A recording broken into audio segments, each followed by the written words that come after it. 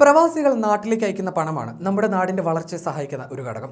കഴിഞ്ഞ വർഷം ഏകദേശം 9 ലക്ഷം കോടിയിലധികം രൂപയാണ് ഇത്തരത്തിൽ പ്രവാസികൾ രാജ്യത്തേക്ക് അയച്ചത്.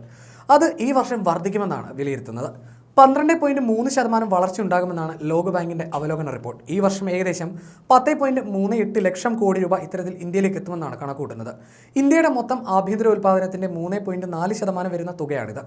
2023 ഇന്ത്യയിലേക്കുള്ള പ്രവാസി നിക്ഷേപത്തിൽ മുമ്പ് കണക്കാക്കിയിരുന്നതിലും 1.16 ലക്ഷം കോടി രൂപ വർധനയുണ്ടാകുമെന്നാണ് ലോകബാങ്കിന്റെ പുതിയ കുടിയേറ്റ വികസന റിപ്പോർട്ടിൽ സൂചിപ്പിക്കുന്നത്. ആഗോളതലത്തിൽ ഏറ്റവും കൂടുതൽ പ്രവാസി പണം വരുന്ന രാജ്യവും ഇന്ത്യയാണ്. രണ്ടാമതുള്ള മെക്സിക്കോയിലേക്ക് $6,700 കോടി അഥവാ 5.57 ലക്ഷം കോടി രൂപ. മൂന്നാമതുള്ള ചൈനയിലേക്ക് $5,000 കോടി അഥവാ 4.16 ലക്ഷം കോടി രൂപ എന്നിങ്ങനെയാണ് എത്തുന്ന കണക്കുകൾ. ദക്ഷിണേഷ്യൻ രാജ്യങ്ങളിലേക്കുള്ള പ്രവാസി പണമൊഴുക്കിൽ 66% ഇന്ത്യയിലേക്കാണ് എത്തുന്നത്. കഴിഞ്ഞ വർഷം ഇത് 63% വരെയായിരുന്നു. 10 വർഷത്തെ കണക്കെടുത്താൽ ഇന്ത്യയിലേക്കുള്ള NRI നിക്ഷേപത്തിൽ 78.5% വർധനയുണ്ട്. 2013 $7,038 കോടി മാത്രമായിരുന്നു പ്രവാസി നിക്ഷേപം.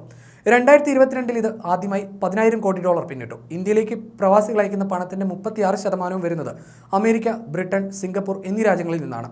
അടുത്ത സ്ഥാനത്ത് UAE ഉൾപ്പെട്ട GCC രാജ്യങ്ങളാണ് 18%.